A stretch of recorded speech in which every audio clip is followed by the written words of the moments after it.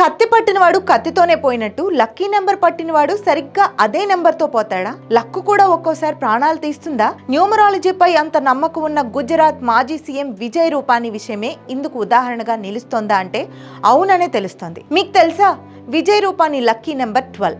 ఆయన వాహనాలకు దాదాపు నెంబర్ 12 కంపల్సరీ. ఆ మాటకొస్తే ఆయన ప్రజెంట్ యూజ్ చేసే వెహికల్ నెంబర్ 1206. చూసారా, సరిగ్గా ఈ అంకెను సూచించే తారీఖులోనే ఆయన మరణించడం ఎంత యాదృచ్ఛికం. అక్కడ మరో ఐరానీ ఏంటంటే ఆయన సీట్ నెంబర్ కూడా 12.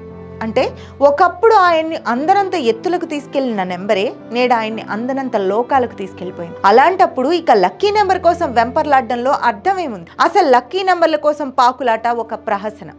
కొందరు బిగ్ షాట్స్ లక్కీ నెంబర్ల కోసం ఏకంగా లక్షల రూపాయలు ధారపోస్తారు.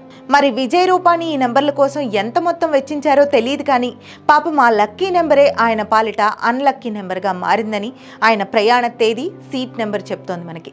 ఏం చేద్దాం, ఒక్కోసారి టైం బ్యాడ్ అయితే కర్రే పామై కరిచినట్టుందంటారు కొందరు న్యూమరాలజీ పండిట్స్.